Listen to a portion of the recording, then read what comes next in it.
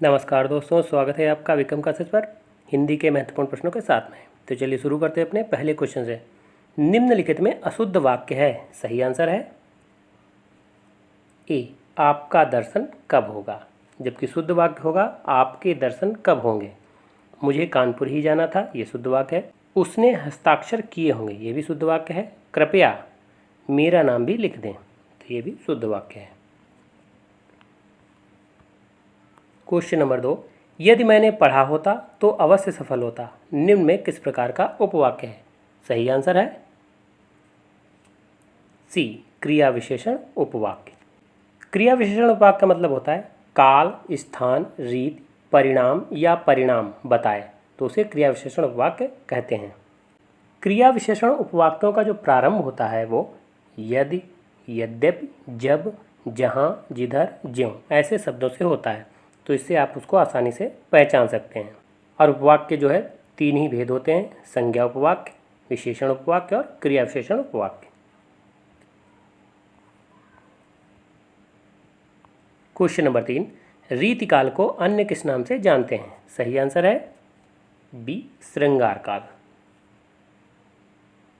और श्रृंगार काल जो नाम दिया था वो विश्वनाथ प्रताप मिश्र ने दिया था, जबकि जो रीतिकाल नाम दिया है वो आचार्य रामचंद्र शुक्ल जी ने दिया है।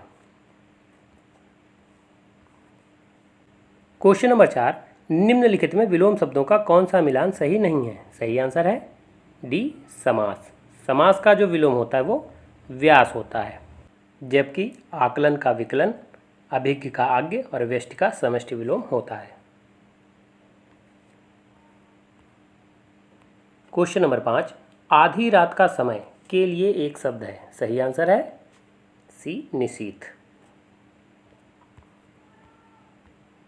क्वेश्चन नंबर 6, जिसका जन्म कन्या के गर्भ से हुआ हो। सही आंसर है बी, कालीन। क्वेश्चन नंबर 7, निम्नलिखित में कौन सा पर्यायवाची अशुद्ध है। सही आंसर है सी, तुरंग। चूँकि तुरंग जो है ये घोड़े का पर्यायवाची है, जबकि गिर, शैल, नग ये सभी पर्वत के पर्यायवाची हैं। मारुत, अनिल, वात, समीर ये हवा के पर्यायवाची हैं। मार्तंड, सविता, पतंग, प्रभाकर ये सूर्य के पर्यायवाची हैं। सहकार, पिकवल्लभ, पियम्बू, रसाल ये आम के पर्यायवाची हैं। क्वेश्चन नंबर 8, निम्नलिखित शब्दों में तद्भव शब्द है। सही आंसर है डी, पंछी। जबकि पंछी का जो तत्सम शब्द होता है वो पक्षी होता है। क्वेश्चन नंबर 9, निम्नलिखित में अशुद्ध शब्द है। सही आंसर है ए, कवित्री। जबकि शुद्ध शब्द होगा कवइत्री। चहारदीवारी, उच्छृंखल और बारात ये सभी शुद्ध शब्द हैं। क्वेश्चन नंबर 10, संज्ञा अथवा सर्वनाम की विशेषता बताने वाले को क्या कहते हैं। सही आंसर है बी, विशेषण। क्योंकि संज्ञा या सर्वनाम जो होता है उसे ही विशेष कहा जाता है।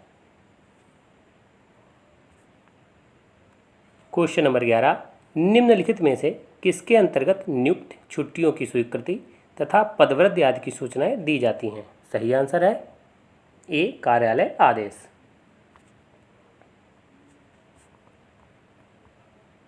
क्वेश्चन नंबर 12, ले चला साथ में तुझे कनक ज्यों, भिक्षुक लेकर स्वर्ण जनक निम्न में कौन सा अलंकार है। सही आंसर है सी, उत्प्रेक्षा अलंकार।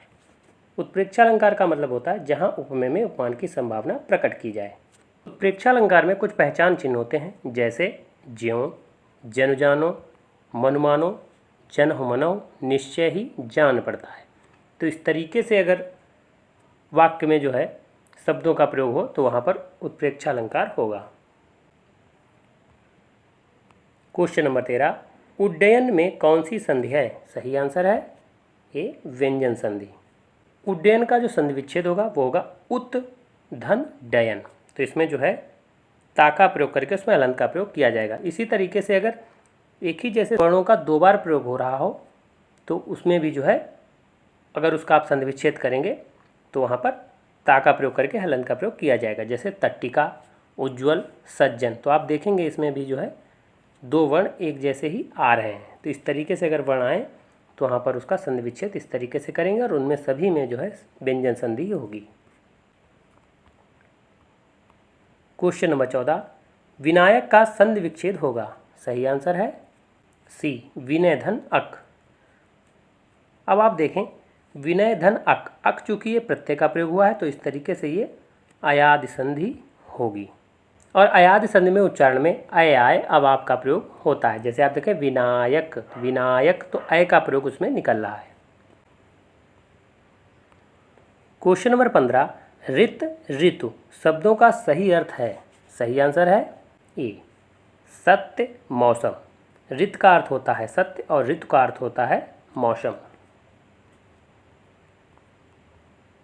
क्वेश्चन नंबर 16, दाल रोटी में कौन सा समास है। सही आंसर है बी, द्वंद्व समास। द्वंद्व समास का अर्थ होता है जोड़ा। इसके दोनों पद प्रधान होते हैं। इसमें और, या, अथवा, तथा का प्रयोग होता है और योजक चिन्ह का भी इसमें प्रयोग किया जाता है। और द्वंद्व समास का अगर आप सीधे अर्थों में देखें तो ये एक दूसरे के विलोमार्थी होते हैं।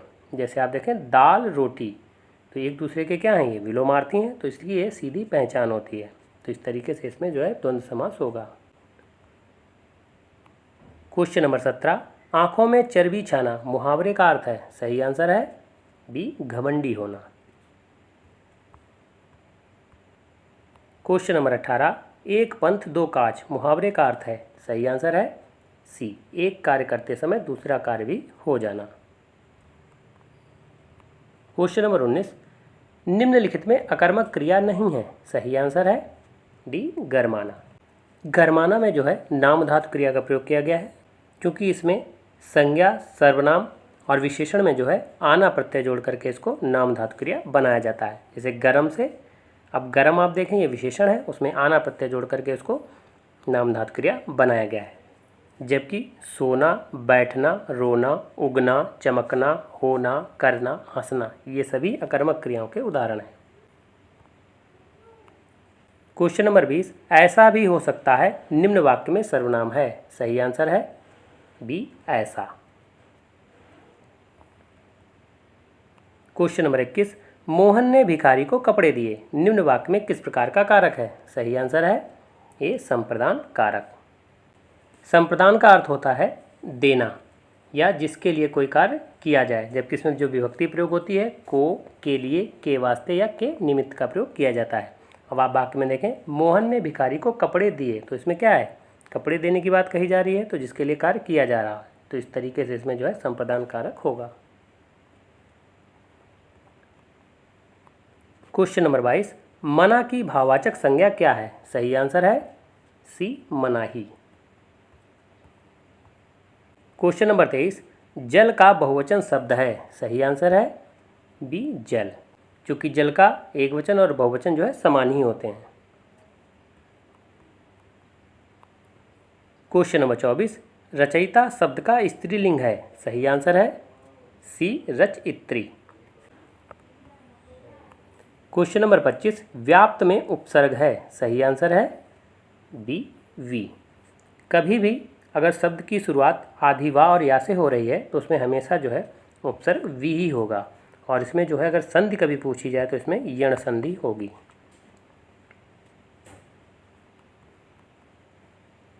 क्वेश्चन नंबर 26, सामासिक पदों पुनरुक्त युग्म शब्दों के मध्य प्रयोग किया जाता है। सही आंसर है ए, योजक चिन्ह।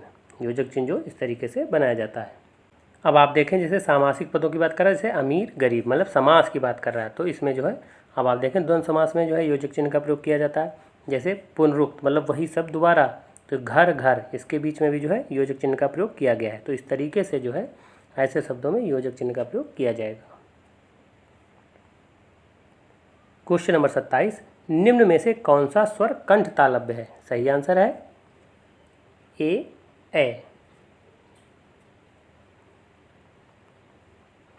क्वेश्चन नंबर 28, निम्नलिखित में अल्प प्राण वर्ण नहीं है। सही आंसर है डी, फा। अल्प प्राण जो वर्ण होते हैं प्रत्येक वर्ग का पहला, तीसरा और पांचवा वर्ण होता है, जबकि अंतःस्थ व्यंजन जो कि या, रा, ला और वा होते हैं, ये सभी अल्प प्राण वर्ण होते हैं, जबकि फा जो है ये महाप्राण वर्ण है।